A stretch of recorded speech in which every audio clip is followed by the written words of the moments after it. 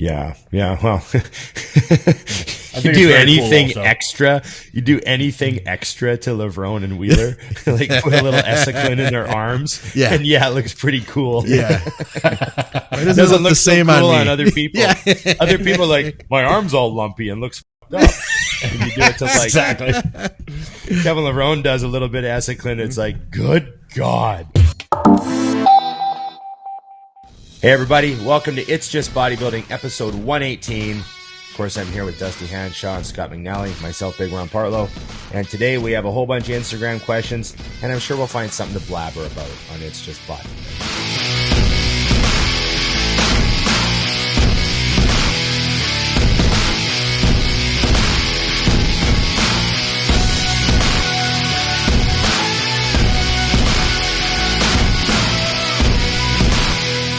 What's going on, guys?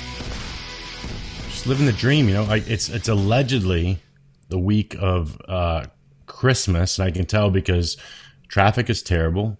Everyone are assholes, and it's just the spirit of the holidays. It's the worst. Spirit of the holidays. I have to say, like, share, subscribe, comment, and Ring the bell. there you go. Make sure you do that before we get into it. I don't want to forget, or else Scott spends the whole episode with a little bit of anxiety. Is what I'm going to do it before we're out of here. Is what I'm going It's to do like it before we're out of acid here. reflux. Yeah. I think he's kind of burping the whole episode. Like, ugh. Dude, the last episode, Ron, like for some reason, I don't know what happened, but the last episode took off. We got like overnight. It was our biggest show in like the last few weeks. Really? Yeah. It was good. That's good to know. Yeah. It's maybe there's so the holidays approaching, people are more depressed and they're spending more time huddled at home, avoiding everyone, and their more podcasts are being viewed. So Yeah. maybe that's Could be kind it. of a sad reason that we're doing better. But we'll could we'll be, triumph on you know. other people's sadness. Yeah. I And don't hope mind for it. another Or maybe pandemic. they're trying. Right. Yeah. Yeah, no, it's good. I'm doing well, gentlemen. You know, still kind of sitting around waiting for the crypto market to recover. But We'll be sitting around for a minute, but that's okay. yeah, that's okay. I need a month or two to read up on some other subjects, and then all of a sudden it'll be back to action. So we're good. We're still figuring out things to do in that space while it's a little sluggish. There's lots going on. So I'm having a bit of an adventure, doing a lot of reading. Every day I learn something. I'm like, oh, fuck, that sounds crazy. I didn't know that. There's lots to know. Lots to know in that space. You know? There's like all this crazy shit going on. This is all I'm going to say about crypto because I want to bore people, and it sounds so stupid to most people. But most people think it's money. They're like, oh, cryptocurrencies, they're types of money. But what most people don't get is that most of the crypto coins that you're talking about are actually apps. They're like apps that run on top of another major, like Ethereum is like a major crypto, but it's almost like your iPhone. And then the other coins are apps that run on top of that to make things happen. It's way more than money. That's just like such a ridiculously oversimplified way to say it. They're all programs and companies that have projects going on. Like this project, Project X is a decentralized finance project. So it's going to be all about loans and banking without a bank, like all that sort of stuff, like taking all the middlemen out of the finance world. So like that sort of shit. So you're like, oh, well, fuck, that coin sounds interesting. So you start reading about it. You know what I mean? So there's a lot of that sort of stuff going on. And then there's all the metaverse and gaming stuff that's going to be built on top of Ethereum. So anyone who wants to live in the metaverse, which will be hundreds of millions, if not a billion people hooked up to the matrix eventually, all those people are living on the Ethereum blockchain, using the other tokens as apps to like live in their worlds and move around. It's hard to wrap your brain around, but that's what those cryptocurrencies are. They're not just money. They're money in the sense that they're worth something, but it's almost like if I owned a bunch of cars and I was just trading cars for stuff, that's like cryptocurrency. It's not just money. Mm-hmm. These things have other uses too, you know? So you're like owning a chunk of a technology that does something basically is what your little coin is. It's like a little piece of a tech company essentially that exists on the blockchain. It's mind-boggling. Wait, I thought they just were for buying steroids. Hey, that's how it all starts. Full circle. That's how it all starts. Yeah. Decentralized steroid traffic. Yeah. No. Hey, hail to the black market. It keeps our economy healthy, right? There's nothing wrong with that. I've lived in places. I lived in a place once, I won't name it, but it had the highest unemployment in the country at the time, and it also had the newest fleet of cars on the road. Coincidence. Pure It's coincidence. funny. It was funny. It was like, yeah, the most new cars exist here, and we also have the highest unemployment in the state or whatever. And I was like, oh, fuck, that's funny. Everyone knew what was going on. Nothing bad about that. Nothing bad about that. So what's going on with Dusty? Let's get specific. How are you? Well, with me directly, who cares? But Nationals was this last weekend, and that was fun for the first time in a long time for me. The depth of the show was much better than it has been. Right? It looked it. I saw a lot of photos. I was like, this guy looks great. And this guy looks great. You know? Yeah. It was definitely a great show. I will say that this is funny. I'm speaking in two things at the same time. Best one I've seen in a while, and it wasn't as good as I expected at the same time, because leading into the show, there was so much hype that I kind of thought it was going to be even more than it was. Huh. I really thought it was going to like eclipse what was, 10, 12 years ago.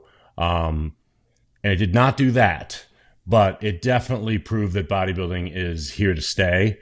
What I really loved was the amount of guys that were both in shape and had dense muscle that can only be made one way, and that's training your ass off. There were, and that was, I mean, I don't know if you watched Scott or Ron, but I actually watched the online, and then I was also going back and forth with Tommy because he was there. Because I always like to verify, okay, is what I'm seeing what you're seeing? You know what I mean? Yeah. It was strong. I mean, literally all the way from the bottom up. I mean, bantamweights up, there were guys that you're just like, damn, like some solid ass bodybuilders. And what I really liked that excited me more than anything was these guys in the 3rd, 4th, 5th, 6th slots that I now know are the next couple of years of guys. Right. For example, I mentioned him briefly, but we didn't really go into any depth. But Chris Fine, that did his first pro qualifier this weekend, he got, I think, 4th in the supers, and he jumped out at me as much as anybody because I was like, "Oh, he's going to be here for a while." Like, he was very impressive already. I don't think 1 or 2 more pro qualifiers and he'll win and then be competitive. Great to see those. That, and if you go watch any of his stuff, he trains, like a freak. I mean, put as much weight on the bar and go up and down until you can't anymore. You're telling me did you say this is his first pro qualifier? Yeah. Dude, look at those freaking legs.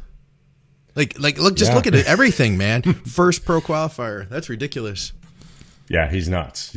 Great physique, and I mean, it's exciting because he's another guy that, like, if you go check out his page and he posts a lot of videos, and all he's doing, it reminds me of back in the day. He's all covered up in a hoodie and long pants and nice squatting, deadlifting, rowing, heavy ass weight, so cool. Great to see. But yeah, I mean, across the board, I mean, from middleweights up, of course, is what I really watch. And it's I don't know. I didn't used to always love the 1st and 2nd pro card, to be honest. But this show, it would have been a crime for a lot of those guys not to leave with pro cards because they were too good to have to wait 6 more months. And unlike the last few years, there's enough guys behind them that it's not like, oh, well, next year's show's going to suck now because these, 8 guys just turned pro. So it was exciting What to watch. what did you think of Carlos Thomas Jr., the guy that won the overall? He's nuts. Yeah, I mean, I assumed he was going to win going into the show, just because he's so massive. I mean, yeah, I know he hasn't been as peeled as everyone wants him in the past. Yeah. Which has been like the only criticism, but I still was looking at him thinking like, as long as he's peeled enough, he'll probably win. You know what I mean? Exactly. And then it looks like he's the hardest I've ever seen him in these stage pictures. You know, the legs are a lot more grainy, and I don't think it was close. Let's put it that way. Like, nobody had him in second for the overall, in my opinion. No. And he's a guy who can do immediate damage as a pro if he brings. I mean, look, it's not that far away. You know, like, you're not saying he's not in shape. You know what I mean? He's just not. No. Yeah. There's a degree there. He can still push it, and you know, he's got to bring his back up a little bit. But also just a little bit harder. But I mean, he's got all the tools. Everything's there. Yeah. You know, just the shape, there. man, of those legs is otherworldly, isn't it? Yeah. He'll come into his own. Do you know how old he is? I have no idea. But I mean, he looks. I mean, to me, I guess the best way I look at it is he's bodybuilding young. Yeah. Yeah. He looks fresh. fresh. You know? So however old he is, he does. Fresh is exactly what I would say too. And then great to see Nate, obviously, Scott. Yes. Nate Spear come in and grab that thing. That was a well-deserved battle. How many pro qualifiers has he done? Dude, I don't even know, man. But I mean, last year alone, he was, you know, in that like top grouping several times. And, you know, he was up against like Bundy took one, Nick Walker took one. So it was cool to see. Yeah. He was peeled. Yeah. He was peeled. And Justin Shear obviously looked awesome. I figured he was going to leave with a pro card one way or another. There's Nate. Yeah. There's Nate. Nice and dry. He looked good. His conditioning. You know what I love is a guy like Nate that you know that he's going to be on. So like, no competitor that's coming to a show as a super is looking past him because he's not going to miss. So, you know, he's in the mix every single time, you know? And then actually, Matt Berzicott took third, and he hasn't competed. I don't know how long it's been since he was on the national level stage, but yeah, he took third, and he was granite. You know, he's got some torn muscles, pack, but honestly, nothing really distracted me. I thought his physique looked wacky. So yeah, he brought it. If you got a shot of him up there too, it was impressive. Like that top four were just, man. Bye, Scott. I'm still here. I'm just having some microphone issues. Okay. So yeah, throw a picture of him up, dude. What was his name? Matt Berzicott. Look at us putting Scott to work. Just fucking, I'm firing names out. Just bam, throws them up. Here he is. This man's a machine. Oh yeah, he came in peeled, man. Absolutely peeled. Yeah, he was dug out, and it's crazy. Like, so he I don't even know which one or both, but he tore his bicep. You can't tell. You can see that. the pec tear, but you can't see the bicep. No. Yeah, the biceps look nuts. You know, I don't know which one, if it was both, but I mean, you know, somebody would argue with that statement looking at that shot, you know? Yeah. So, yeah. And then pull up a picture of Justin Shear. Oh, yeah. Yeah, he looked incredible, didn't he? Yeah, he had really great conditioning. He was one of the best conditioned guys, I thought, just overall, front to back, you know. There we go. Man, his shape is so cool, isn't it? Yeah, he's got that, like, you know, crazy waist lat thing going on. Good legs. So, yeah, some great guys come out of the weekend. It'll be interesting. Fun to watch, man. You know, you always wonder, like, okay, who's going to do something with this pro card now? Right? Like, you know, we've seen it in the past. Like, one of my favorite stories ever was Brad Rowe. He got the second pro card at the Nationals one year. And I think it was the first year they gave out second place cards. So a lot of people were like criticizing it. And then Brad Rowe was like, fuck this. And he like qualified for the Olympia the next year. Yeah. I think he got third at his first pro show or something. Yeah. He like got enough points. He got into the O that year. Like, it was funny. He's like, so that's kind of just shows like, yeah, you're a pro now, but let's see you be a pro. Some guys get their pro card really easily and they don't have the work ethic to kick it in that next gear to go to the pro ranks. We've seen that a lot too. No, I'm not saying I would have the balls to do this, but you got to respect and I haven't heard it in a while, but guys like Jose who were like, you know what? Keep the pro card. I'm going to keep doing this, Yeah. Like, I'm not ready to be a pro yet. I got to work on my physique. Yeah. I got to win a few more national titles and get really seasoned. I think the problem is the majority of the world is more like those of us that are on this podcast, where I needed the perfect show to line up so that I could get that card. Yeah, for a guy like Jose. Had I not taken that one, there probably never would have been another. I could have taken second and third 17 more times, but beating everyone. For sure. I think it's funny too because a lot of guys do. They look at. I gave John Ward shit last year because he did the USA's after not competing for a while, and he only did the Open and he took second in the Open Supers. He looked nuts. Didn't do the Masters, which they did at the same show, and he would have won the overall in a heartbeat. And he's like, I didn't want to get my card that way. And I'm like, but you would have it. It would be done. Right. And then no one cares. Everyone forgets. And he was right there anyways. Yeah, nobody ever... nobody asks. And if they do, it's usually like, in hindsight, like, do you have your pro card? I'm like, not anymore. It's been so long. Right. I didn't renew my fee, but technically I can renew it anytime I want. And Jordan Janowitz, he got his too so he was second to Shear. And there's that side leg you were talking about last week, Dusty. And I'll tell you guys both, man, that he trains so insane. Like he is so strong. He's always been strong.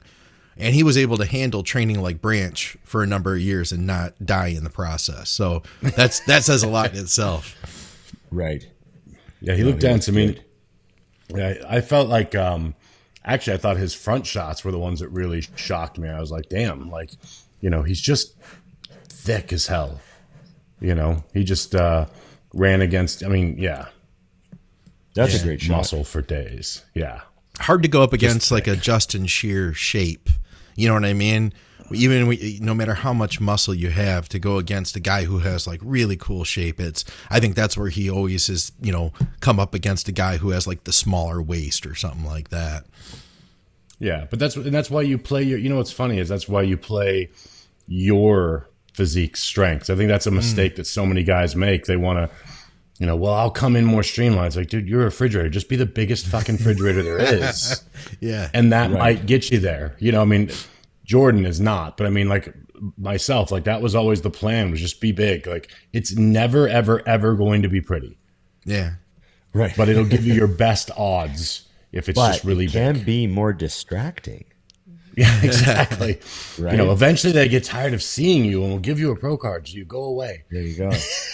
That's my strategy. So no, but it was a great weekend, man. It was fun to see, and it's nice to see the back and forth of bodybuilding again. I think back to your question last week, Scott, I think we're gonna see hopefully a resurgence of top guys now for at least a few years, because I'm sure there's some that I didn't even notice that are in that 10 spot right now that next year will be right in the mix.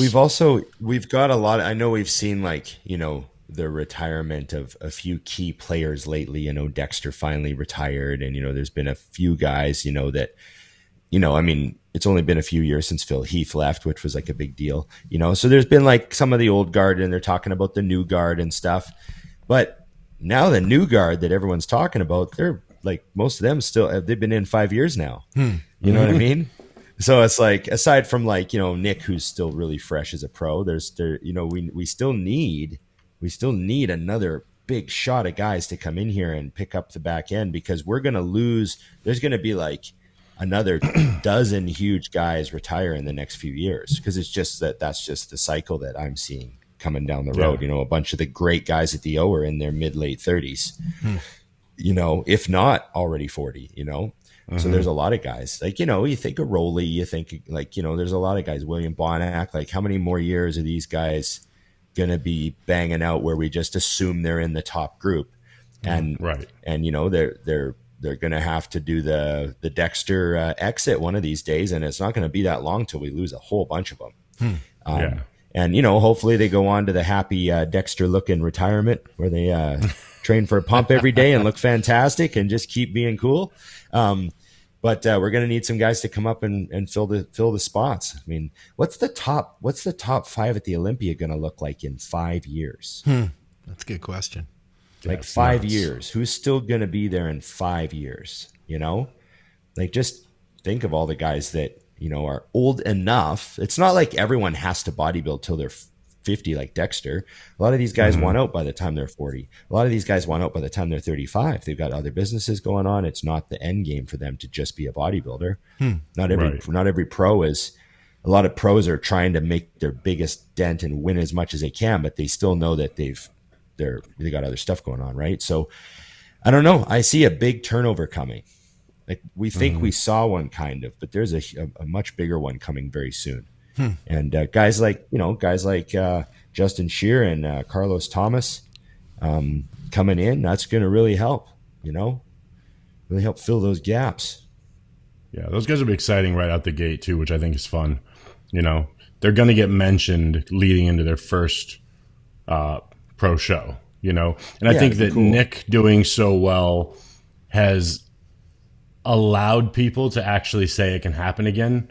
Because for a while, I mean, unless you were Phil Heath or Hunter, it was kind of like, well, we'll see. You know what I mean? Like Nick winning the Arnold kind of changed the game, because it was like, okay, it can be done. Because that hasn't happened, since Phil?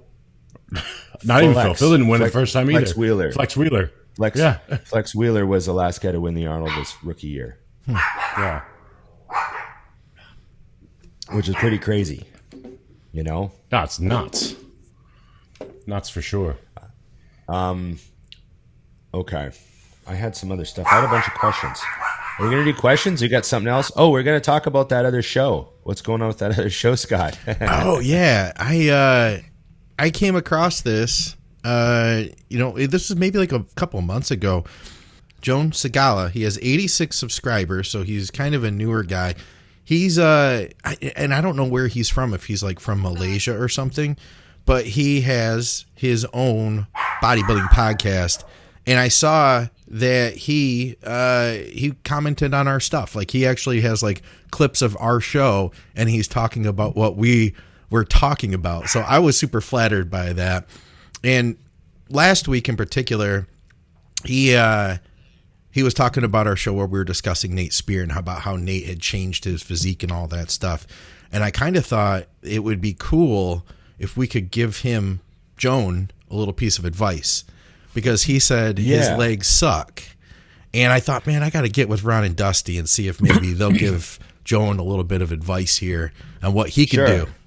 With Ron Partlow, his leg squats is really, man, how he doing that? Okay, the low quad sweep, it's hard for me, man. I don't have any kind of like type quad of the sweep like Nate Spear. How he do that? Come on, guys. Maybe from all of you how to doing that, please tell me, guys. Well, quad sweep's one of the biggest questions that I think we get from bodybuilders, because it's one of those cosmetic things that everyone, I mean, that's kind of what helps make a set of legs. It's, I mean, my opinion on quad sweep is that, first of all, it's hugely dependent on your genetics, how many muscle cells you have in the outer head of your quad. I mean, I know guys with massive teardrops and thick quads, but they don't really have that much sweep. And it all has to do with your genetic shape. But then on top of that, you take the sweep you got or the outside quad that you have, and you have to get it as big as possible, and that's where your sweep potential lies. So, you know, we don't all have Robbie Robinson's biceps, but the training principles to get our arms to grow is the same. And the bigger we get our bicep, the rounder it'll look, you know, and the more distracting it will be from its lack of aesthetic appeal. So I think the key for quad sweep is depth. I've really gone down this rabbit hole about quad sweep, and leg training has always fascinated me. And all the evidence I've seen says that foot position doesn't matter as much as depth does. Depth is the key. You have to go deep. The outside head of the quad doesn't really stretch that much. Like you have, like it's not like a two jointed muscle, you know, like the rectus femoris crosses your hip joint. So you can really stretch that muscle. You can put your foot behind you and stick your hip out, and you feel like you can like fucking really stretch it. But your outside quad, I mean, most people can fold their knee all the way to their butt, and it's just kind of stretching their outside quad. You know what I mean? Right. And so a muscle needs to be stretched, loaded under a stretch as much as you can. And the only way to get to a maximal stretch with your outer quad is to go like all the way down. And if you're not going all the way down, you're just not really getting it into any kind of stretch position loaded. It's just not that. It's just not under that much tension. So you have to load it and you have to go all the way down. So, you know, I used to fuss more about width of feet, but I think that'll affect how much glute you're using too. That does affect that. But essentially for quads, what matters is get comfortable so that you're strong and stable, and you feel mechanically able to drive, you know, really drive the weights. And once you're strong and stable, you got to get your ass to your heels. You got to go all the way down. So, you know, that's what I would say about quads. And on leg extensions too, you know, you see people that only go to 90 on the leg extension, but you got to let your feet like fold under the platform, you know, fold right back and try to get a good leg extension. Like I hate the ones that set down, you know? So all that stuff matters, I think. No, I'm glad you touched that. I've got a I've got a younger client, Ron,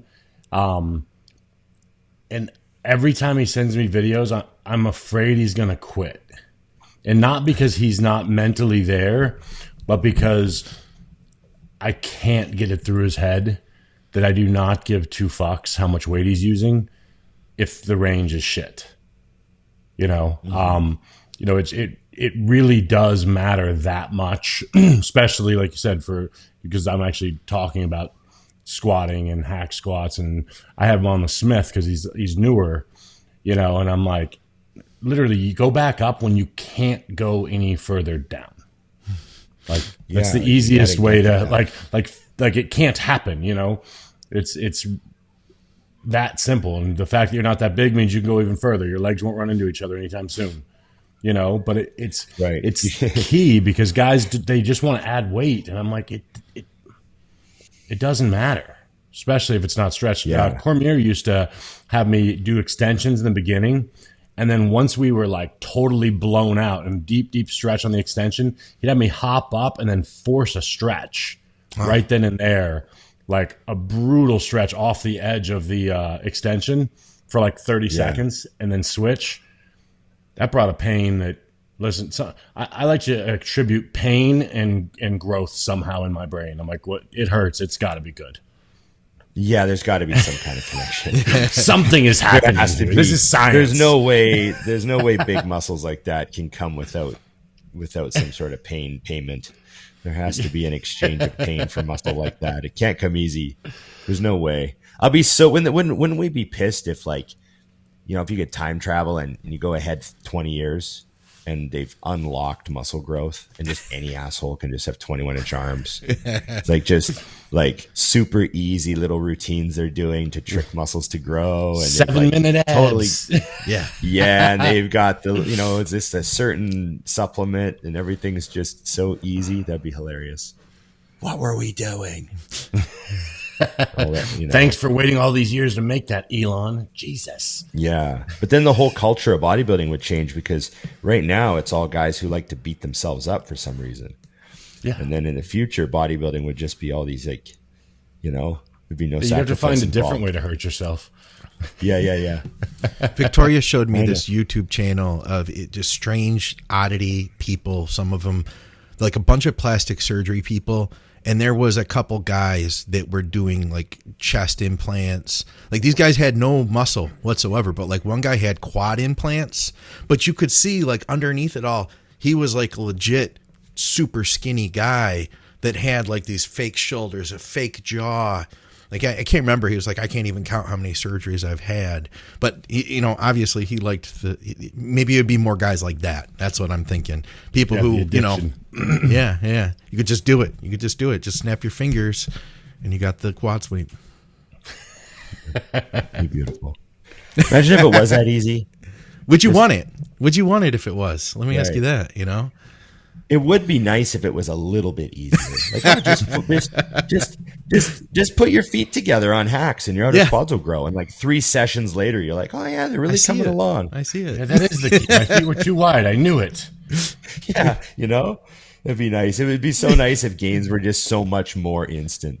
Like, hey Ron, turn your pinky on the preacher curl, and you're like, oh, give that a try. And like 2 weeks later, you're like, yeah, fucking big difference. All the hard work paid off. I feel like that's what guys are looking for in the beginning. Yeah, yeah, that's what they think's going to happen. To you, like, that's what so they're waiting put my for. Feet here. Yeah, or if you just take this shot, or you just take this supplement, and it's not even a shot on them. Like we said, it's like I wish it was that way, but you feel like you're going to disappoint them with the truth. It's like, no.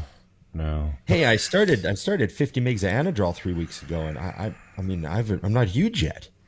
Like, fuck, must be fake Anadrol. Well, I got to be honest. My first cycle, I gained a lot, like 15 milligrams of D Bol, and I put on like 20 pounds. And I'm not saying I gained 20 pounds of muscle, but I started doing the math, and I was like, okay, so if I'm just on 15 milligrams of D Bol and I've gained 20 pounds, imagine if I were to, I'll gain 30 next time, then 30 after that, and I'll be up there. Just a few more cycles. If I double the dose, I'll double the gains. Yeah, It's very obvious. I may have tried that. I think everyone's somewhat tried that. Yes. Here's a question. We'll hop since we're on the topic of drugs. I'll start with this one: Anadrol or D Bol? Which one do you want in your stocking? Yeah, we'll assume they're both real. We'll assume that it's Syntex Anadrol 50 and Russian Piranhabol 5, the best D Bol ever. That's what we'll assume. I was going to say that I'm going the D Bol for sure. Yeah. Are you? Okay. Oh yeah. Okay. I don't want the water retention or the appetite sleep that Anadrol. I could never do Anadrol for a cycle because it destroyed my appetite, so then I couldn't eat. So it defeated the purpose. I would gain weight, but I'm like, well, it's water, so I'm not eating. I found if I took Anadrol, my appetite went down. I just had to eat more Burger King. That was always my remedy at the time, back in those days. Back in days when I would take Anadrol, I would also be like, well, I just like, you got to get the calories up. I mean, what's a guy going to do? Well, a Whopper back then was 99 cents, so it just made sense. I just aged myself so terribly. Some kids like, those are $11 now. Yeah. And then you have to explain to them that their $11 is worth what your 99 cents used to be. Exactly. It's the government's fault. And then you start mentioning the Federal Reserve and printing money, and you realize they're not listening anymore. Yeah. We've went off track again. Shit. Yeah. They're trying to make you poor. Yeah. I know.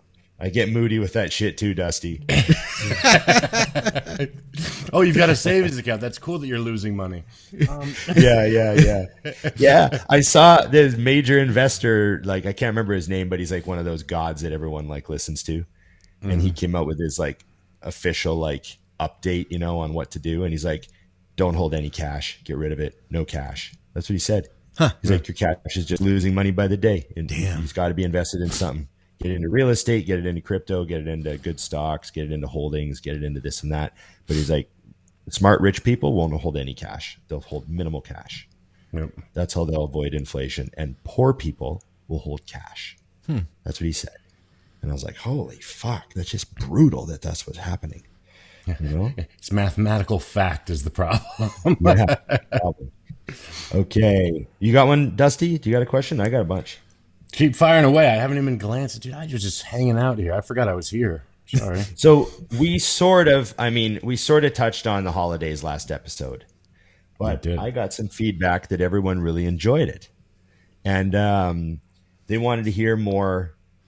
I had 2 people message me say they wanted to hear more holiday, favorites, more, best of sort of thing like that. So what's the holiday food? Your favorite holiday food? Oof. We sort of mentioned the Nanaimo bars the other day for like Canadian Christmas treats. Yes. But, yeah, that was a gem I haven't even had.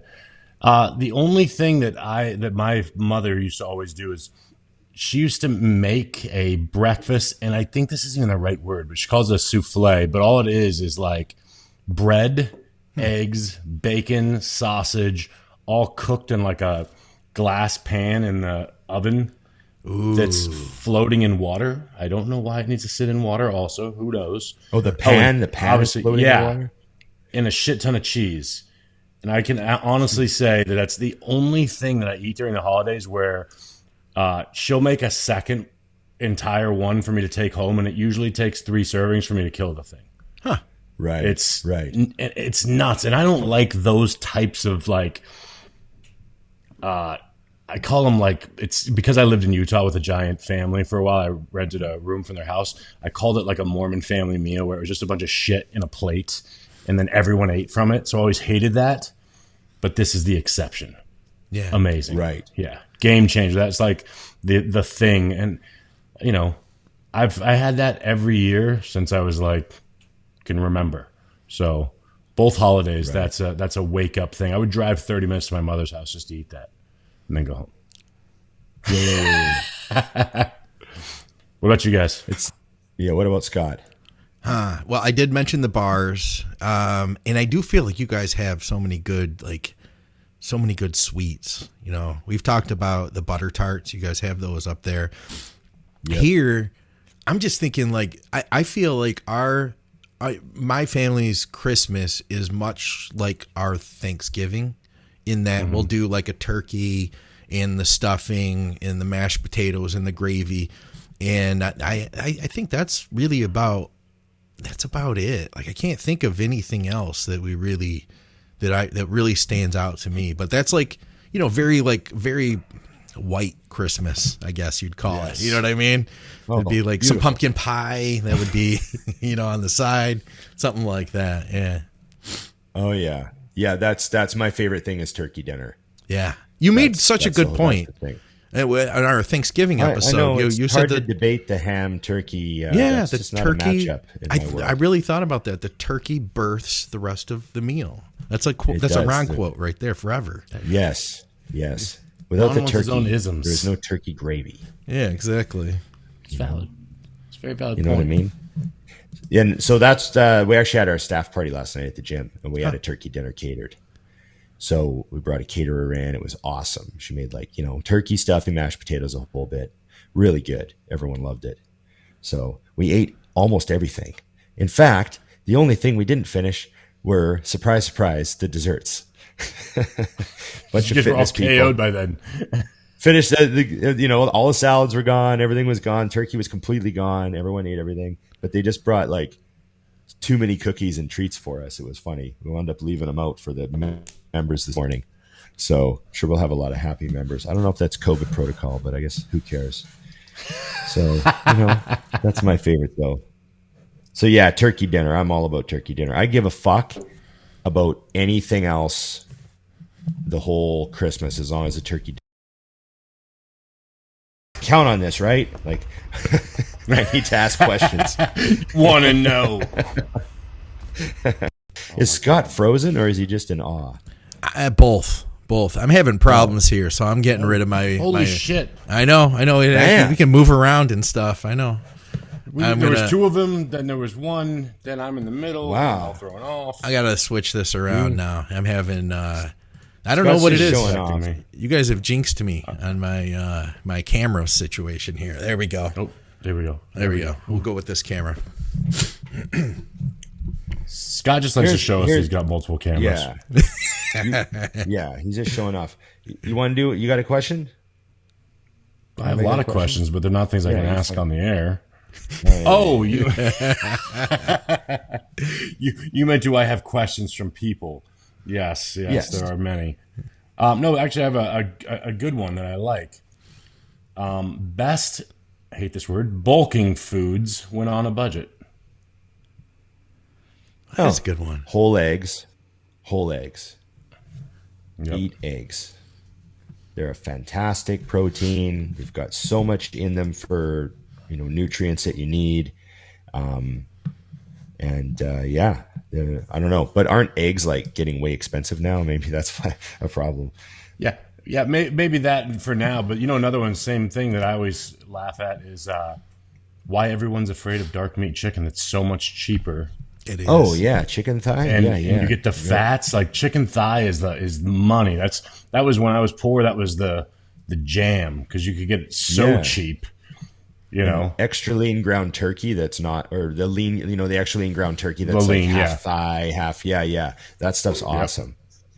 And, extra lean ground beef is not that expensive compared to other meats. It's usually pretty affordable. You can still buy that.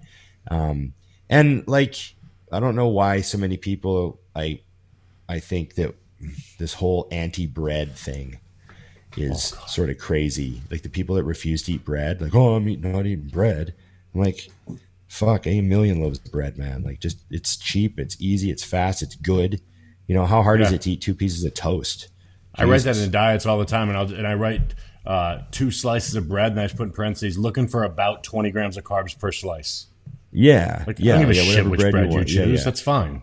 20, 23, fine. Good to go. Eat it. Bagels, a bagel with some jam on it. That's a fucking great post-workout carb. Yep. Boom. Throw that down with a shake. But yeah, I mean, just people think they need to eat, expensive, super lean cuts of meat with, at every meal. And it's like, no, man, you're trying to grow. You're a young guy putting on some size. Just like get the whole foods. Well, plus, like you said before, it's funny to pay a premium to get your chicken breast and then turn around and spend more money to add fats to that your diet. Yeah.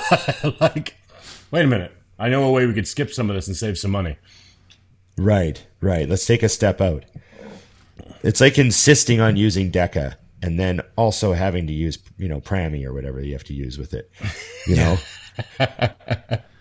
Do you guys remember that video? There was like Evan Senapani did, where it was an animal pack video, where it was like he bought a week's worth of groceries with I think $50 or something. Yeah, budget. Huge. Yeah, those were great. Budget, those series were awesome. Yeah. Remember he did like a really lean steak. It was like that eye round steak, stuff like that. And man, I bought that stuff and tried to cook it, and I don't think I did it right because it was the toughest steak you'd ever eaten in your entire life. But it was cheap. Yeah, I around is I could never buy that, but I had a butcher that used to take he'd trim a round roast, like he'd trim a roast, which is what they make round steak, like the same piece of meat. He'd trim all the fat off the outside, so it was just super crazy lean, and he'd grind the whole thing up for me. Ooh. So I would get ground round. That's what I would eat with no fat thrown in. Because a lot of times people don't, like if you get your butcher to do it, you can get whatever you want. But like if you ever watch a butcher grind up meat, they'll be grinding up meat and they'll actually take like a big chunk of fat and throw it in the grinder. Because people want flavor. People want good ground meat, right? And they just want it around 10%, 15% or whatever they want. Yeah. But if you want it extra lean, you can get a butcher to like trim the outside and not throw the chunks of fat in there. Yeah. And just grind the meat for you. And it'll come out so lean that like, it's like that if you ever get really good ground bison, you can like fry it in a pan. And when you dump it out of the pan looks like it looks clean. Like, yeah, you can like wipe it out with a paper towel. It'd be good to go. Yeah. It would look like you washed it. Yeah. So you get that super lean stuff, but you can do that. That's possible. Butchers, I find it's such an advantage to just have a butcher who's a little helpful. I think back to all the meat I used to buy, and if you go to the same guy all the time, I guarantee you he'll start giving you a good price. He can just get in there. That's a fact. Yeah. You go in and buy like, and try not to go in, like if you go in every other day at a different time and buy a couple pounds off a different employee, they'll never get to know you. So go in like on the same shift, the same dude, and buy like 20 pounds off of him, and he'll start giving you like, I'll give you this 15% off, you know? It's a pro tip right there. No, it's true though, because I used to get that some of the higher end places, the meat, they can only have it for so long and sell it at the normal price. Yeah. And then they need to marinate it so it can last essentially. Yeah. And then they sell it at a lesser price. But what they would do is in that marinade, it was a what the fuck was it? I can't remember what the marinade was, but it was all sorts of different steaks just marinated and put in. It was $10 a pound, which compared to the 40 a pound that these would have been, it was really cheap. Right. I went in there long enough that in the off seasons, they would pull aside like the filet and stuff out and then call me and be like, all right, I got 7 pounds of the filet at $10 a pound here. Do you want to come get it? I'm like, I'm on my way. You know, so that's that relationship thing. Literally, it would just, they'd call me like, we got a package, and I would just come pick up whatever it was and take it home. Amazing. I feel like, you know, those like video games you play where you must build your alliances. Butcher is like, yeah, if you like, you know, think of it, you put your character up on the screen and then all the different people that are part of his like alliance. You got Butcher, you know. Need him. You got to know one cop. You got to know. I was going to say the cop. Tell Chuck I said hi when you take my license back there, please. Yeah. Yeah, it helps. Build your alliances. That's a pro tip. You're right, Scott. It is a good one from us. That's a good one. But that's my tip to anyone. That's how I've always done things. I pick one store. Usually it's the one that's the absolute closest to me. Of course. unless it just is not the best service, and then I'm willing to go farther. But find someone local in your community, give them your business, give them your business. So like I always go out of my way just instinctually to not like if I walk into a store and I see the owner and I see like 2 other staff members, I'll try to like go like, hey, how's it going? And talk to the owner. You know what I mean? Mm-hmm. And because that's where you get stuff. That's where you get deals made, right? Is it with the owner? So just try to befriend the owner and like let the owner know, like, hey, I'm going to be coming here like every week and getting this much off you, like just and just build your alliance. And over time, you start to get all these discounts from people, and that's just how everything works. I think like if I ever used back in the days when I would go out once in a while, we'd go to the bar, and since I was a bartender and I knew how the bar worked. Mm-hmm. Normal people who don't think, they go get a drink off this bartender and then they're over by the dance floor, so they get a drink off that bartender. I'm like, no, I pick one bartender for the whole night. Yep. And that's my guy. And I buy every single fucking drink off him, and I tip him really good. And by the end of the night, we're not waiting for shit. Yeah. Lineups don't matter. We're getting free shots. Like that's how it works. And so I'd walk all the way across the bar, like, I got to go get another drink. And they'd be like, we'll get one right here. No, my guy's over there. That's where my deal is. That's where my heavy pour. That's where my the big double is, And I'd always pick someone who looked like they trained, usually a dude. I'd also avoid female bartenders generally when I went out, especially in Vegas. And it was just because if I picked a guy bartender who trained, and there's always one, there's like an instant connect. Like, oh fuck, a couple of big dudes getting drinks. Yeah, what's up, guys? Like, and it's just you're already right in. You know what I mean? You're part of the club. So. This is going to be the episode that goes down in the history right this here. This is good. I'm taking notes over Ron's here. giving away the farm here. It's phenomenal. Yeah. Well, that's how I was as a bartender, right? I treat the guys who keep coming back to me like, bam, I'm keeping you. You're not going anywhere. Yep. The next time you come here, you're coming straight to me because there's no way, like, that's how it works.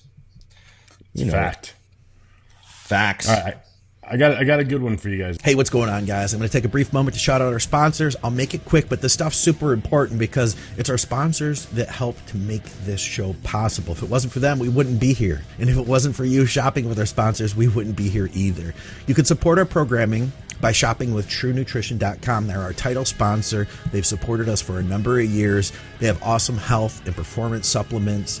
You can ask Skip or Dusty or Scott Stevenson all about True Nutrition, and they'll tell you how good of a company they are. Hardcore bodybuilders have trusted them for over 15 years now. Use our code THINK. You'll get some savings. You'll support our programming. If you're in Canada, you can shop with supplementsource.ca. They have highly discounted supplements, discounts on bulk orders, and free shipping over $99. Check them out. And finally, you can directly support our programming on Patreon. I'll have links below for Patreon and everything else. We're taking more questions over there, and I appreciate everybody who's already helping to directly support our programming through our Patreon. All right, guys, thanks for hanging with me. Let's get back to the show. Actually, okay, so been blasting and cruising for 4 years. Never gone over 600 milligrams of test for each blast. Haven't seen much results in growth from the most recent blast. Should I up the dose? Any advice? What's the cruise dose? Is the cruise 300? It's a valid point. I mean, if he's going from 600 to 300. My assumption is that everyone TRTs at least 200, meaning it should be at least that low. But I know sometimes I see people's cruise and I'm like, oh, it's a miniature cycle. Yeah. So part of the problem might be that, maybe he should be doing 100 on his cruises, right? Right. So there's just not enough swing to make a real difference. Also, too, anyone who's gone off for like 3-4 months between cycles, especially that's what we did for like decades, right? That's how everyone did it at one point. So we would notice like these huge kicks when we would go back on our cycles, like, right. Gain fucking 10 pounds the first week. Yeah. We take like a shot of sustanon and on fucking 5 days later, you're already heavier and like that sort of shit. Cause your body's just going boom. But when I started like doing TRT between stacks, I noticed there was much less of a dramatic like hit, but the trade-off is that you're avoiding the big hole and feeling like garbage and losing more gains when you're off. You know what I mean? So that at the end of the day, you think, well, probably it yields more come showtime. Right. That's the thinking. But you're not going to get the same hit when you do blast and cruise, And then on the other hand, 600 for some guys, that's not going to do what they want it to do. Not everybody responds to 600 test with nothing else like some people. Yeah. When you got to remember, too, I think we're talking about 4 years at the same dose. So I don't think there's anything. Oftentimes, because we push so hard about food and training, the assumption is made that we're like, so you can just do 300 milligrams of test and get huge. That's not at all what is being said. It's just, in this case, if let's just assume he was on 200 migs and blasting, cruising exactly how I would have him do it, and all other factors were correct, because it's just now after 4 years that he's noticing this, I'd be like, yeah, bump it up, see what happens. Right. Because the thing is, even if you get wild and go to 800, which is a substantial jump from 600, you're not going to see some horrendous side effects, and you will decide if you saw anything worth doing that. I think that there is something to be said for that, because a lot of guys, the problem is, their starting dose is 600, their next cycle is 12, and you're like, whoa. Yeah, you just 100%ed everything.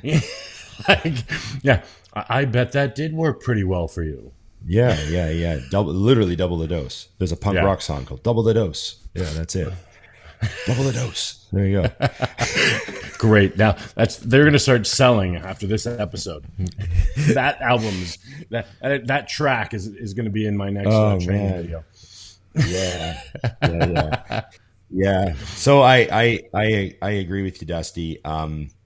Another thing too, like you mentioned how people think, we talk about training and food so much that, like if you just train properly and put a ton of effort, you'll just grow forever. It's like, nah, a lot of people are already pushing against like their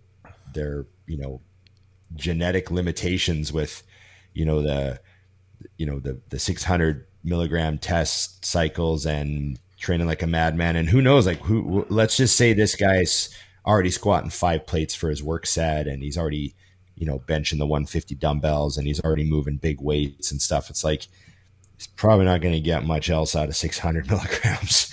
Right.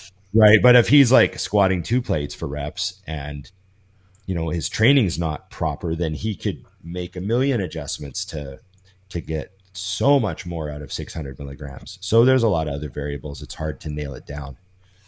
Yeah, you have to just point out, I guess the simple thing is drugs can hide mistakes. Yeah. And that's why I like guys to try to function and see. You should be able to progress while on TRT. I think a lot of people get this idea that they're just going to try not to lose too much while on TRT. They let the training and some other things slip down. It's like, no, you should be trying to see actual positive change. And don't get me wrong, I'm not. If you were just going to grow out of control, then you would just stay there forever. But the goal should be to try to progress is the point. That way, when you do go back on, everything is as perfect as can be, like you said. And you can push the limits because on the flip, and I'm pushing this a little more now because I think there's been some misconception because we've been at this for so long that I've settled into what works for me. And then it makes it sound like you've never done anything else. Yeah. You know, like, well, Dusty's never done more than, 800. No, I've done 1,200 tests. And what I noticed was nothing. I said the same thing. I didn't get anything more out of that. So a gram became my top of the mountain because I didn't see anything when I did more. So it was like, well, then it just felt like a waste. But it was not because I was some angel against trying. It just didn't work. Had 1,200 blasted. I'm like, fuck yeah, that's the one. And maybe 14 would have been tried eventually, is my point. I don't know, but I think you have to drive that home or eventually you sound like you're full of shit. Yeah. Yeah. And I mean, I said the same thing. I went to 15 a couple times and didn't notice any advantage over 12 at all. So I made the same observation. There's a limit, I guess it depends on who you are as to what the limit is, but your genetic ability to tolerate drugs.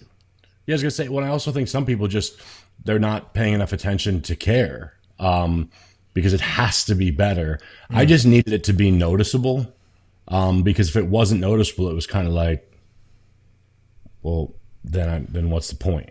Because it should be drastic to at least the point where like to where I guess the way I look at it is this. If no one told me and they were giving me my shots. Oh, cliffhanger. Oh, cliffhanger. You have to watch next week's episode. Yeah. To hear the rest of Dusty's sentence.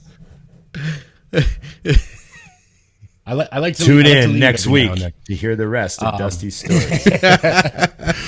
No, what I was going to say though is if I was taking a certain amount of liquid and someone was loading the shots for me, I would know if they were giving me 400 and then bumped it to 800. Yeah. I would know.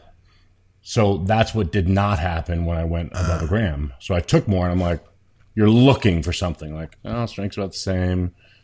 Right. No. Okay, nothing. Okay, never mind. And I did a full cycle and I actually tried it a couple times before I finally submitted that, I didn't see a difference. Huh. Yeah. Okay.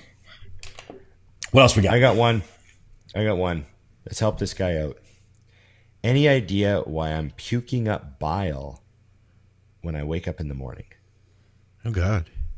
He hasn't eaten anything. He's fasted. So he gets up in the morning and his stomach's bothering him and he throws up a little bit of bile.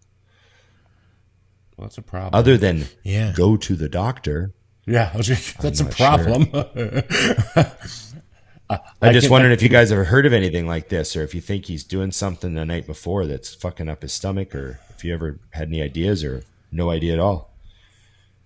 I mean, no, I have no clue. I haven't even heard of that. I mean, it's one thing to have like acid or something, but that to me would be like straight to a doctor.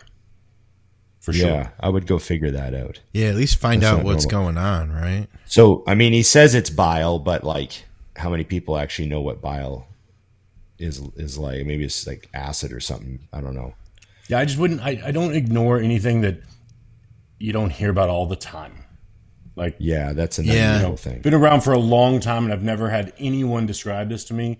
It tells me you should probably get it checked and at least have a doctor go, oh yeah, it's fine. That's from this. Oh, okay, cool. Yeah. What about let's forget about what he says he's puking up. Let's just say puking. So just getting up in the morning and being nauseous. Yeah, Any that's a experience problem with too. that? Yeah. Okay. No, but same answer. Like, I just think, especially after my little nap, I think anytime you see something that just shouldn't be, and it consistently is, you get it checked out. Just make sure, because you could find out. I mean, it's crazy, but I didn't even realize this, that part of the reason that my issue took place was years of acid from pushing down food. So it had thinned the lining.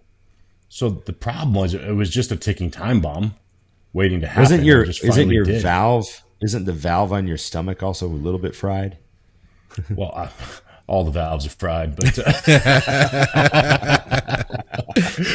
but yeah, I mean, literally. So, because of course you find that out after the fact, but there's a prime example where, and Scott, we already talked about this, when we were growing up, your dad would say, "Oh, I have some Tums." Yeah. Handle it. Yeah. It's like, yeah. Eat a piece of bread. You got deep into this, so you're like, oh, that was a Band-Aid for a broken arm. Yeah. Just kill the acid. Yeah. Okay. I've got one here. This will be fun.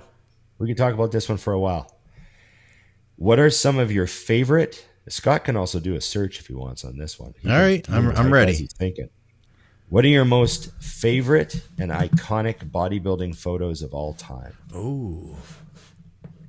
The front cover of the Muscular Development from 03, when Ronnie was just facing the back with his arms like back to his side. Do you remember what I'm talking about? Yeah, the kind of with his lats just hanging. Yeah.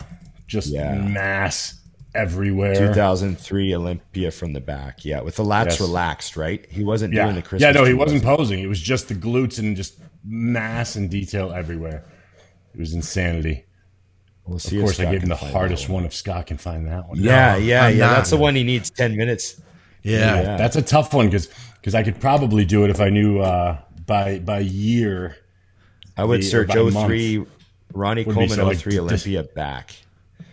Yeah. Or like December Muscular Development cover or something.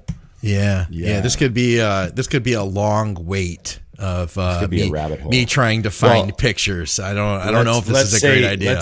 Let's pull up the quad stomp. Pull up the quad stomp then. I'm finding Jay Cutler, Scott. Jay Cutler quad stomp. Yeah, All Dusty right. can find it. So quad stomp. Obviously, we're going to put that on the screen here. That's an easy one to find.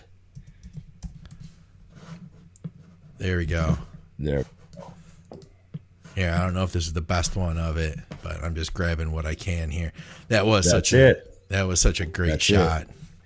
He reinvented himself in so many levels with that, Yeah, it wasn't just a haircut, Yeah, but the haircut was part of it. You know what I mean? Yeah, it was. He had such a crazy look that year. Do you know that he was lighter that year? He was only 259.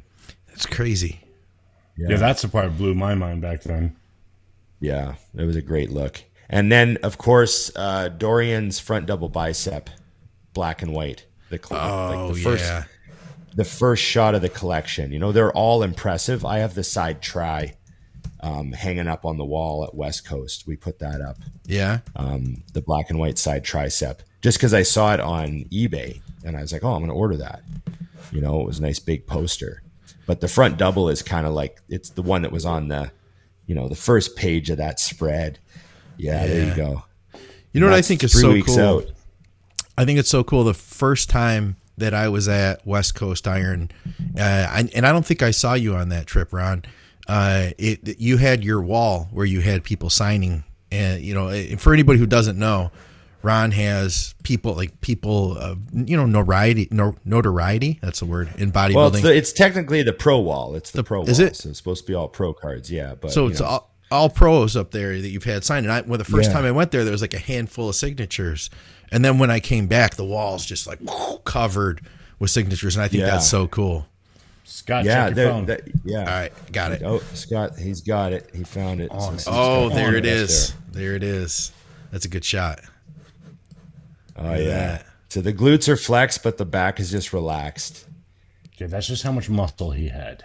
A lot of back. So that's crazy. So that's how it says best of 04 research, but that might be an 03 magazine. I don't know. But yeah, crazy look from Ronnie. That's a so great cool. photo. Look at that. I used to love the old titles, like "The Freaks Are Back." Like that's just great. Like Train like a freak. Plus, priest speaks out again. and again, and again, And again, and still speaking out. Yes. That's a great one. Also, too, let's pull up Arnold in front of the Sydney Opera House, doing that single bicep, sort of three-quarter turn, one arm up, flexing, that classic. If you can find Arnold from I guess it'd be the 1980 Olympia, because they were, it'd be the 1970, it'd be the 80 Olympia in Sydney, Australia. Yeah, that's where that was. It'd be 1980 Arnold. And he's standing on the rock, and you can see the Opera House behind him. That's kind of like a ridiculously iconic shot. Oh, wait. Well, let's see. I see the front double bicep here with looks like the Opera House in the background. Oh, maybe that might be same set of pictures probably. Just pull that up. I don't know who's this with him there. Oh, that's actually not the photo I'm thinking of, but I don't remember seeing that one before. Huh. And then I see a cropped version of that one too. Yeah, there's a bunch of those there. Here's another one from that same scenario. I'm sending you guys just random things that you got another one that there, I Dusty? consider iconic. All right. Oh, Yeah, there's a ton geez. of Yeah, great- this is a good one, Dusty. Marcus, the Night of Champions. It just doesn't even look real. You know what I mean? Oh, that's so good. Dude, it looked like his shoulders and his pecs might pop his head off of his body. Who's the closest to having like that kind of freakiness in our current age of bodybuilding? I mean, I know there's nobody like that, but who would be their own version of that today? That's the thing, is he was so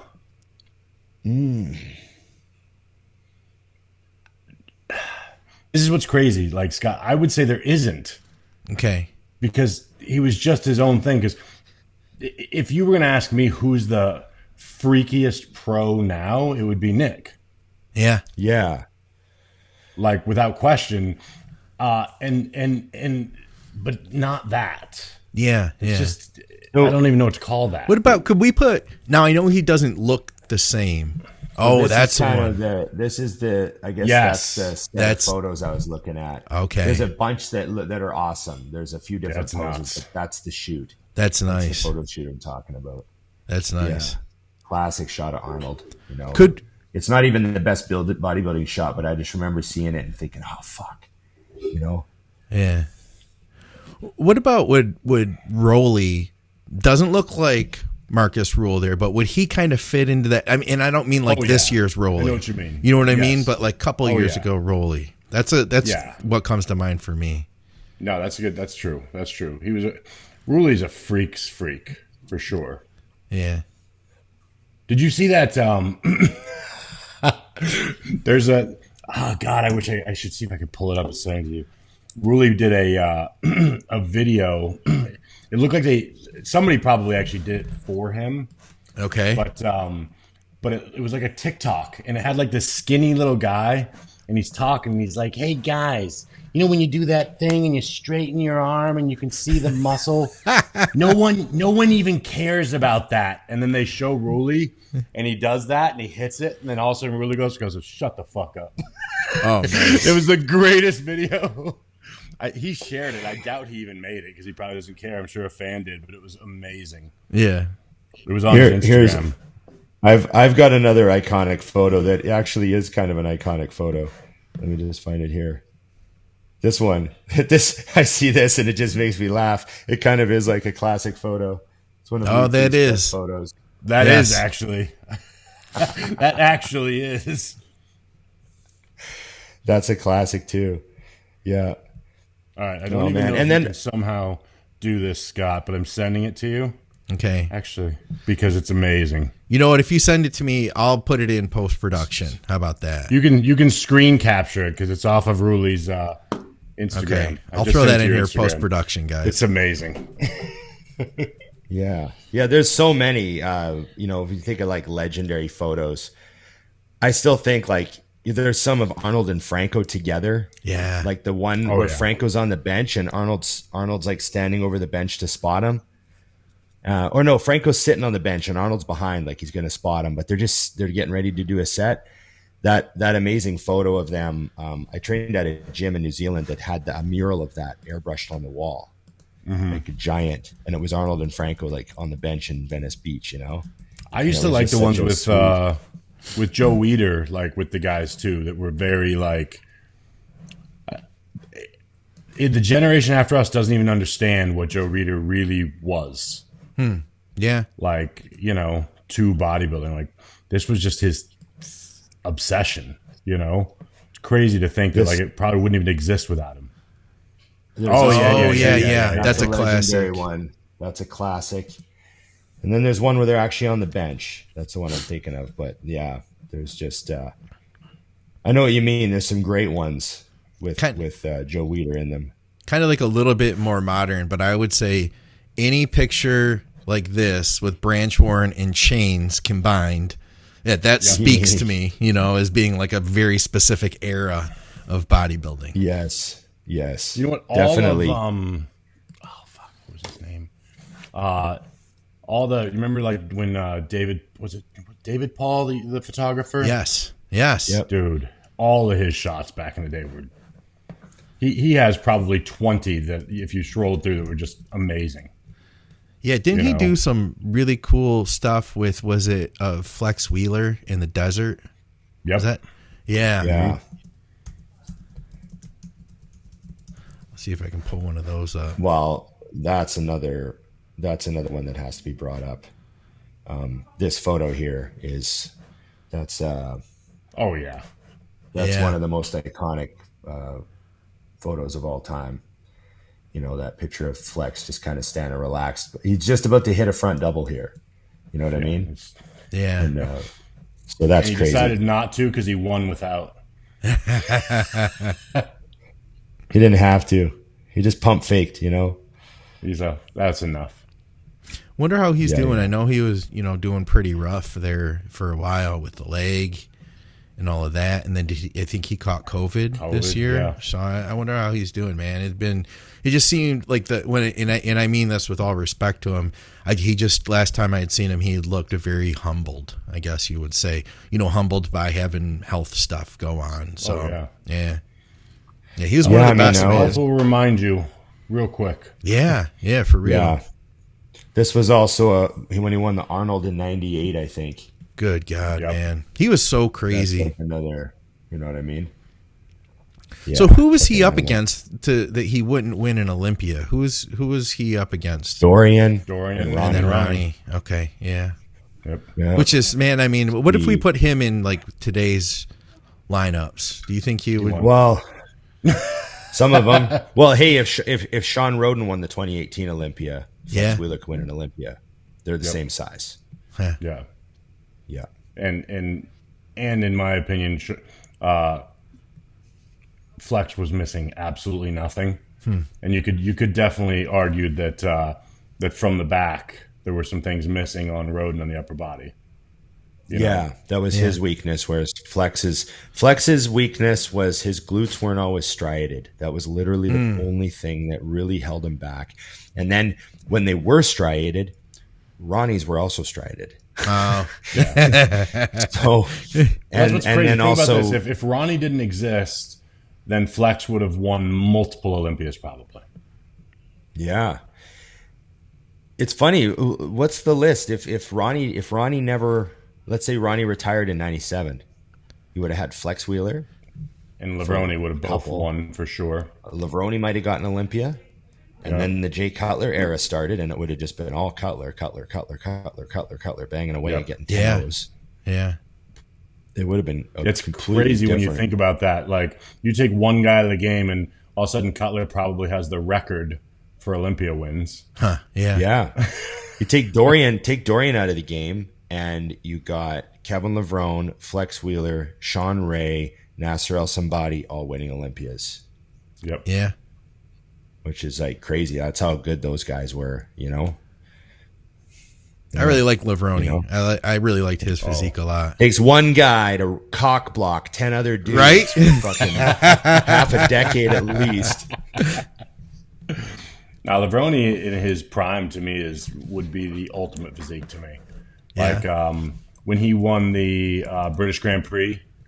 Was it 99? Nuts. Yeah. God, what was that? I can't remember. He posed to Killing in the Name, flawless. right? Yeah, that was a really cool one. It's funny. Anytime that song starts, I can see the whole routine in my head. I'm like, oh, and then he does this, and then he. Was this from the routine here? Was this the year? Because this just says Grand Prix. This is 99. Yep, that's it. 99 Grand Prix. No, that is it. Yeah, it is. Not a great Crazy, picture, yeah. but a screenshot there. Of He's it. got green trunks on. That's the video. Yeah. Yeah, he's mental there. Just the shape that those guys had then, like, and I don't know if it was, but it was almost like the look was a little bit different, the way the shoulders, because like you could say that, like, I feel like what's his name, Flex, had the same thing with like the arms and the shoulder roundness, and I don't know if it was like the Exoclean or something that they were all, you know, everybody says that they were using back then, but it was a different look and it was very specific to that time, and I thought it looked really cool.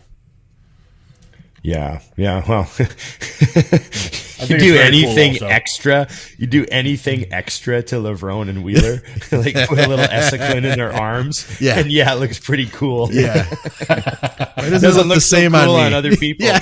Other people are like, my arm's all lumpy and looks fucked up. And you do it to like Exactly. Kevin Lavrone does a little bit of Essiquin. It's like, good God, Yeah. what the fuck? Yeah. Yeah. Oh well.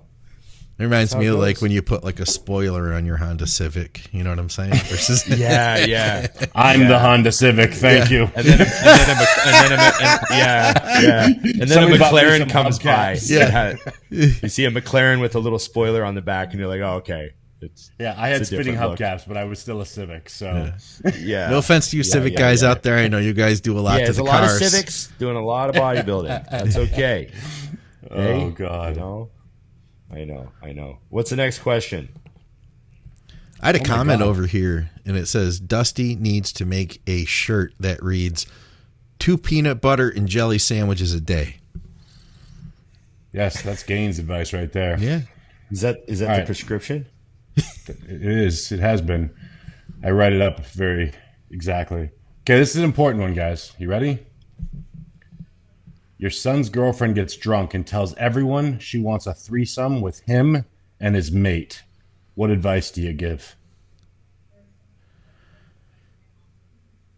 Well, it depends on if you want if you're into that. I'm not going to criticize you, but I would say that. Well, okay, let's say so. It's your son's girlfriend. So let's assume it's a teenager. Is that what we're doing? I'm going to assume an older teenager just so that doesn't make me uncomfortable. Yeah. There Let's you say go. like 18, 19, 20. It's like you're. Let's say you're. What's the? He's in legal age to have college. this He's in discussion? college. He's in college. So your college age son comes home and goes, "Hey, Dad, my girlfriend wants a threesome with me and my buddy." Is that the scenario we're setting up here? Yes, sounds like that's it. the scenario. Thanks, I Paul. say, well, at this stage in your life, she's probably not going to be your girlfriend for long. There's that. There's that. So yeah, I don't know. Rethink the seriousness of this relationship. I don't know. Hey, it's if it's different if someone's like, hey, my wife and I have been married for 20 years and she's going to let me bang other chicks and I'm going to let her bang other dudes. It's like, hey, knock yourselves out. I'm not going to criticize you. But when it's your son in college and it's just starting out, it's like, you should have a few serious relationships with girls before you go like making girlfriends with chicks like this. I don't know.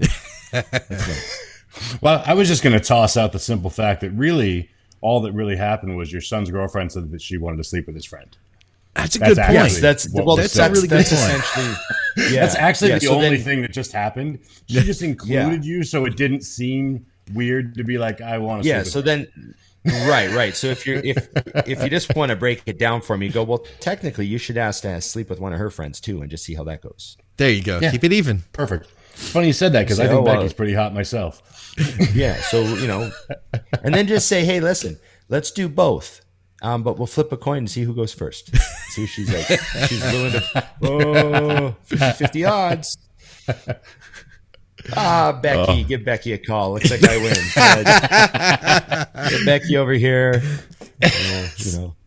See, it's all in how you look at things. That's all. That's all you got to understand. It could work out. It could work out. You see, did you notice how hesitant I was to? I don't want to criticize other people's sexual endeavors. Sure. Knock yourself out. You're none of my fucking business. You know. Oh, absolutely. You don't want to get canceled. Like me and Dusty have had. Hey Dusty, didn't we have this conversation before? We've had guys come to the booth and be like, "Hey, do you want to bang my wife?" Remember? Yes. Did we talk about this already? I've offered money for it.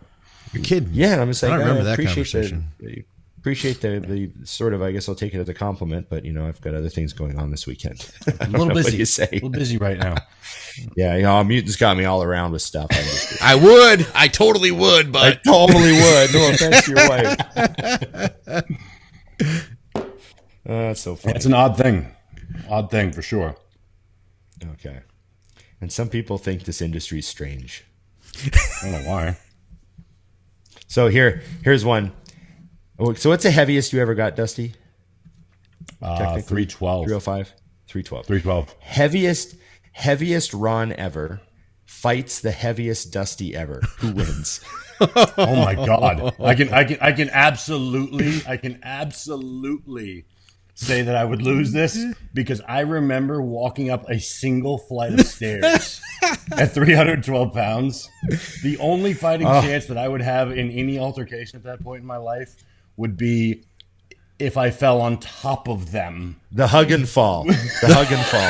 The hug and fall. And just stay on, because that would have been the end. I don't think people... Right. I mean, Ron, you know, because when you were at 330, I can't even imagine what it was. But I would think of so when I was at my heaviest, I lived on the 3rd story of a stairs-only condo. Oh, yeah. Oh, God. Yeah. Oh, yeah. I bet you really regretted that decision. Oh, I regret so many decisions, Scott. That's not even close to the top of them, though, I gotta be honest. But yeah, that would be the most pathetic mess. I can just remember basic things Ron, you walk into the gym and then you forget something in the car, you left your straps, and it's I don't even know if I need straps today if I got to walk back to the car. Right. Yeah, I remember walking through Costco one time when I was super heavy. We were big, walking through Costco and leaning on the cart and just letting my weight. It was rest more of on a the cart. cane than anything. It was like a walker. Just trying to get around Costco. And then you run into someone that you know, and they want to do the stop and chat, and it's just 5 more minutes on your feet. Yeah. And yeah. I want to sit down real bad. Can we just cut this short? I gotta get the fuck out of here. That lineup's getting longer. I need to go. Yeah. Oh, those are. That's funny. That was actually. You know what? We're gonna segue with this. I'd say to say one more thing about it. The fight would only last 30 seconds tops. I think we'd both give up or just lay there on the ground beside each other going, "Are we done?"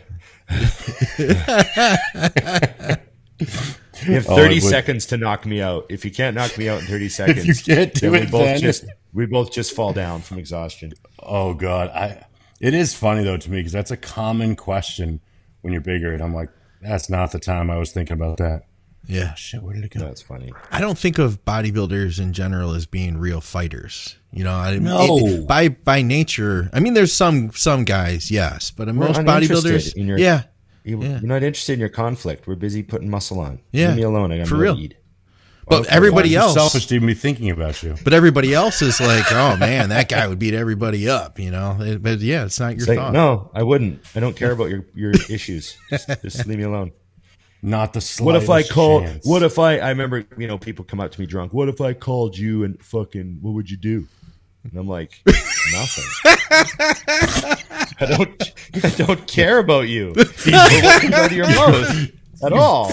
You far extended your belief in how much you matter to me. Yeah, I wouldn't care. It's the ultimate burn too. Yell in my face something mean, and I'd just be like, yeah. I don't care. There it is. Sorry. There. I was struggling to find this. What is something that you you deal with or dealt with being big that you didn't think about early in the process? So one thing we were joking about the other day was, I thought that now that I'm lighter, I'm going to be easier on things, which I am, but I'm still wearing out the new couch that we just bought like a year and a half ago. So it made me think of how heavy I used to be and how quickly I used to break things. Like there's a bunch of stuff. I remember I bought a Jeep. It wasn't new. I bought it used, but it was in great shape, lady driven, and I remember within a year, like the seat was broken. So it had a little bit of a tilt to the back corner. Oh, it's the worst. Mm-hmm. And I took it in and I'm like, yeah, my seat's not level. And he's like, oh yeah, it kind of punched through the floor a bit. And he had to fix it. You punched through the floor of the Jeep. Like whatever the bolt was in the floor, kind of like whatever it was, it just dropped a bit, but it was enough that it wasn't level. So, my hips were off kilter and it was giving me issues. And so they fixed it. And then a couple years later, my seat like broke again. And like, the adjuster, you can come all the way up or you can go all the way back. Yeah. It broke. I think it's like the teeth that like there's a gear in there with teeth. Yeah. And some of the teeth broke. So I couldn't put it up as far as I liked it. It had to go like 2/3 of the way back. So I had to get a new little like thing, a little clicker put in so it would stay like where I wanted it. And then right before a year before I sold it, because I drove that Jeep into the fucking ground, I put 300,000 kilometers on it, which is like, I don't know, 200,000 miles or whatever, Dusty. Mm-hmm. But my seat again was broken. It was like kind of crooked. And a guy at my gym who had an auto body shop, he's like, I'll fucking fix it. You don't want to put any money into this. I'll just fix it for you. So he like put like a metal reinforcement bar in my seat, like kind of behind it and bolted it on. And it looked like shit, but fat person bar, basically. Like a fat person bar. Yeah, it was crazy. So like, I would have never known when I was young that I would be breaking automobile seats, chairs. You're right. Chairs in general, for me, it was because I had the stores, office chairs, because I always had office chairs in the back desk. And after a while, just because combination of them breaking and me being cheap, we just no longer had backs to the office chairs. When I would break it, there's no longer a back. That chair stays. Yeah, just learn to sit up straight. It's good for your posture. Because you'd lean back, like get whatever, be lazy and be leaning back and snap, and I'm like snap. Fuck. So you're doing the Bosu ball thing where you get everybody sitting on those Bosu balls, like nice and upright. We got proper typing posture. Yeah, all my employees hated me because there were no comfortable chairs because of me in the office. Yeah, exactly. I know. Yes, I'd say that sort of stuff. Another thing too is I wasn't expecting. When I lost weight, I went from, heavy to this. I wasn't expecting my shoe size to go down a full size. You're kidding. Yeah, well, that's interesting. I could always wear a size 13 lengthwise, like there was enough room for the toe, but I had to go to a size 14 at one stage just because my foot was just too tight. Like it was, the shoe wasn't quite wide enough. Mm-hmm. So I just thought, I got super wide feet. I need a size 14. So I just wore size 14s. I started buying size 14. I did that for years. I got a bunch of like really like in great shape, bunch of Jordans that are 14s. And then when you dump fucking 70 pounds, my 14s are way too big now. Like my foot isn't as big as it used to be. It's not as fat, Huh. Mm-hmm. And so it's still up. I assume it's still the same length. But now I can easily wear a 13. I wear 13 Chucks, and all my new shoes are 13s now, and they fit great. But I couldn't wear 13s for a while. Like a Jordan 1 in 13 used to hurt my foot to put it on, and now that's what I wear. It's funny. Now that's your shoe. It's funny. There are little things like that too, though. You think about, and I know any bodybuilder who's listening to the show can relate to the fact also in reverse that the first time you're getting to a weight, how uncomfortable you are. And then once you've been there for a long time, like anything under 300 is completely comfortable to me. Huh. Yeah, I'm not even uncomfortable anymore. It's crazy, I'm like, but I can see it's it. fine. And then, but then you'll hit a weight. And I remember the first time I was shooting for 260. The first time I hit 255, I was like, this is the most uncomfortable, god awful. It was, I should say the first time I hit 255 and it was actually a decent amount of muscle. It was terrible. And now, like, literally, I have to be pushing over 3 to be uncomfortable at all. I don't even think about it. Like, I'm just, it's normal. You know what I mean? So I can't even imagine what you must feel like now, Ron, at 250 after being, you know, as high as 330. It's like fucking Ninja Man walking around, light on his feet, riding a bicycle. Riding a bicycle, doing tail whips, working on his rolling tail whips. You know what? I was never obviously as big as you guys were, but I've got one that I didn't expect adding weight. And I think that most of our listeners will probably relate to this too, is you can't be stylish anymore once you've put on, once you've put on muscle, you can't go and just buy a suit, for instance. Oh no. You know what I mean? You can't. There's a lot of the styles of clothes that will be popular. Like you can't be a part of, because like you just, you know, it just doesn't work. Like a lot of the stores, they'll have their t-shirts cut where the shoulders are really narrow, and it's designed for like narrow rectangular shaped people. And you go to put that extra large on, and it still is cut with the shoulders like way up here. So, you know, that's. I remember that the first. When I first got into, I wasn't even good, but I've always had a big neck anyways. But a friend was getting married, and I had to like get a shirt. And I was going to go get a shirt and then have it cleaned and then wear it 2 days later. And I went to like a Dillard's, and the lady's like, "Can I help you?" I'm like, "Yeah, I need a dress shirt." She goes, "Well, I have nothing for you." And I was like, Right. Just something I said. Yeah. Like, I literally didn't understand what she was talking about. And she was like, "The biggest neck that we carry is 17 and a half. Yeah. You're more than that." And I was like, "Are you sure?" She's like, "Yes." And I just had no idea. I was like, "Oh, well, where do I get a shirt?" She's like, "Big and tall, and that's not going to fit you." I was like, Yeah. So there's nothing I can do by Saturday." She's like, "You're fine." This is all your fault. I felt like I was being yelled at a little bit. Yeah. I was like, all right. So that was the day that I became a slob for the rest of my life. And here we are. Right. It was flip flops and track pants. That was it. Then I bought some white striped Adidas pants that day, and that's what I wore to the wedding. Fuck it, let's go. Hey, these are my dress sweats. These are the newest ones I have. It's fine. Yeah, they're velour. Yeah, exactly. Hey, there's nothing says wedding like white velour track pants. Yes. Perfect. Scott, that was a very valid fact. I laugh when somebody asks me anything about fashion. I'm like, "Have you seen me?" You got to do like if you Why do a would dress you shirt, ask me? you got to do like the leaving it unbuttoned thing. You look like a pro wrestler that was trying to get cleaned up looking. You know what I mean? Right. Roll the sleeves up because they're definitely way too long.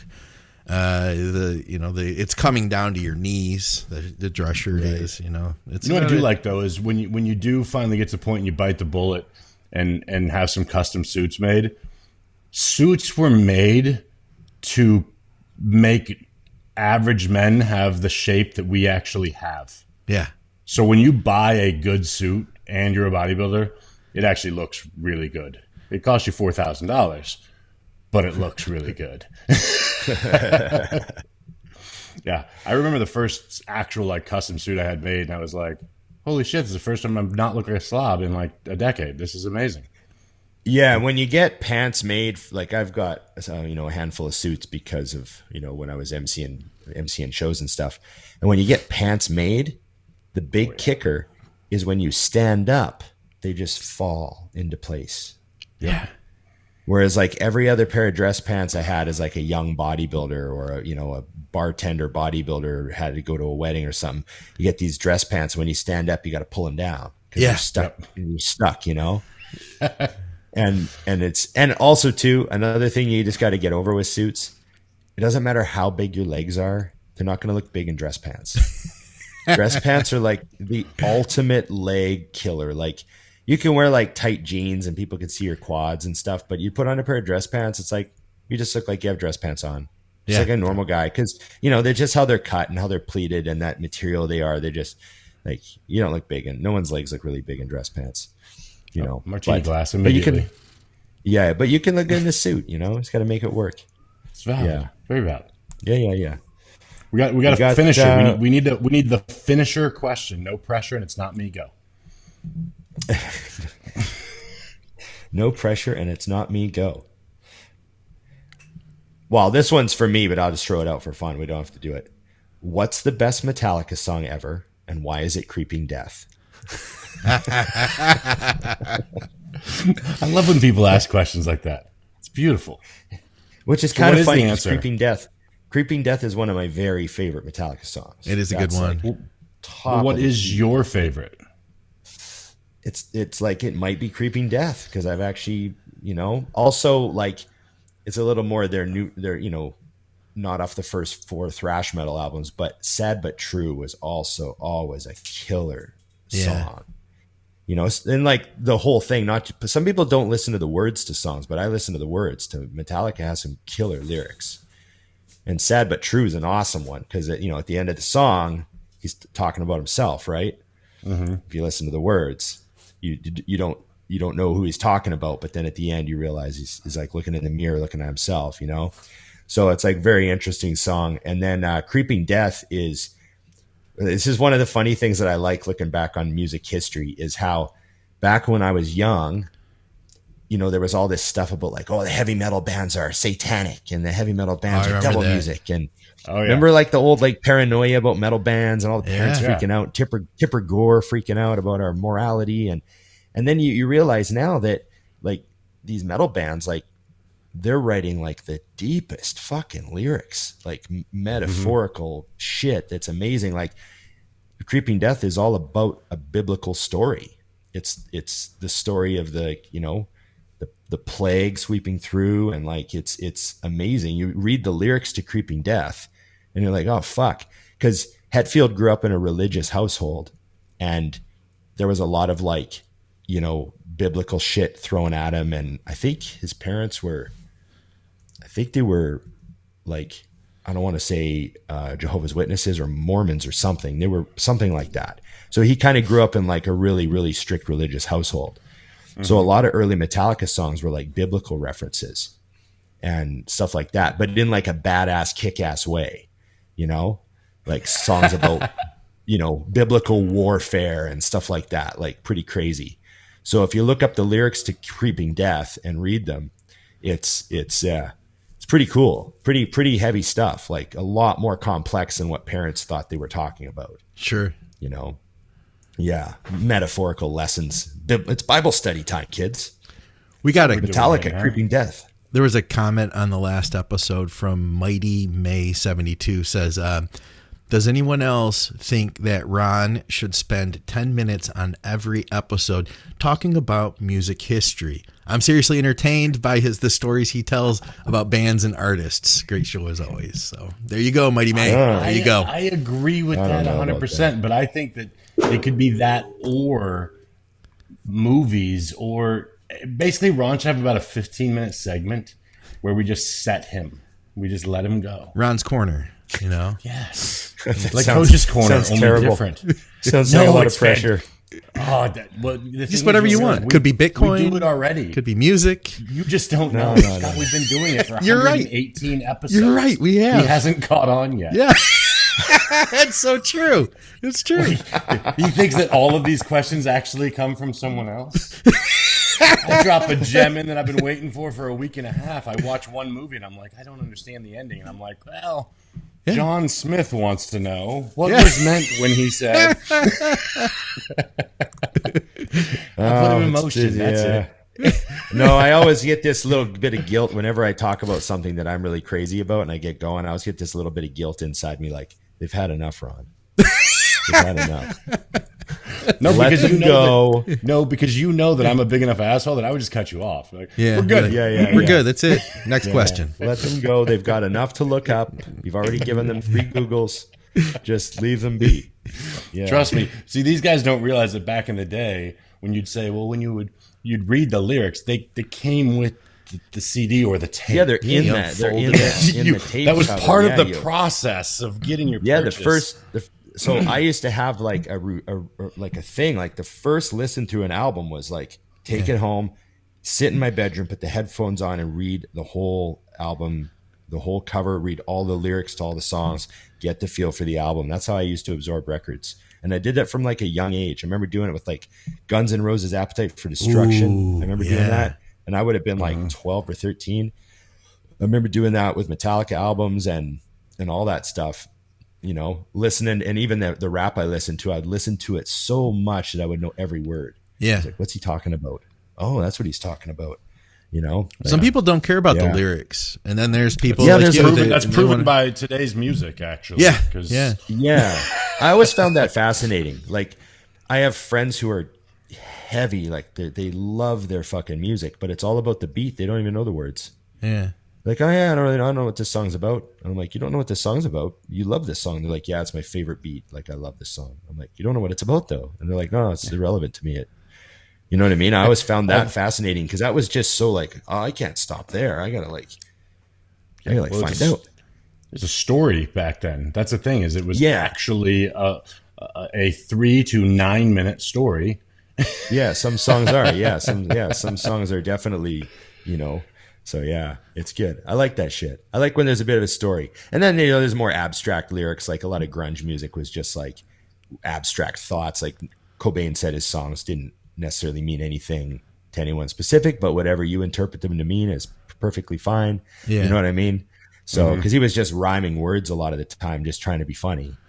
Like I read a funny story about the title of the song "Smells Like Teen Spirit." Right. Like, where'd he get that from? Right?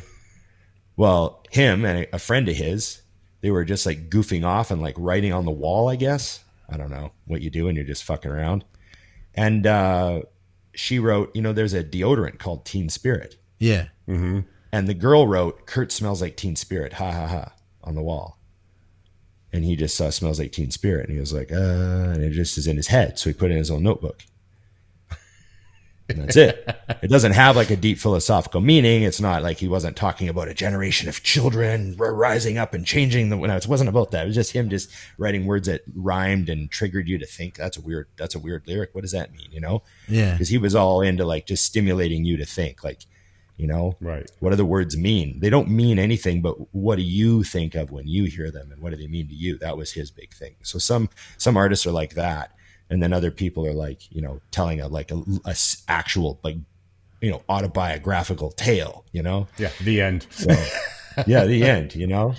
So, okay, gentlemen, I'm happy with that. We'll do our thing. We'll like, share, subscribe, comment. Ring the bell. There you go. Do that for us, and we'll keep coming back. There you go. Oh, late. Okay, so what's the deal? I guess what's next Monday? It's Monday. Next Monday. The 27th. We're totally done Christmas. We're all in the clear. So we can just fire it up on the 27th, you think? Yes. Absolutely. Well, hopefully we'll make that work. I'll let you gentlemen know if something changes. Sounds good. Sounds good. Okay, thanks, guys. Remember, everybody, it's just bodybuilding.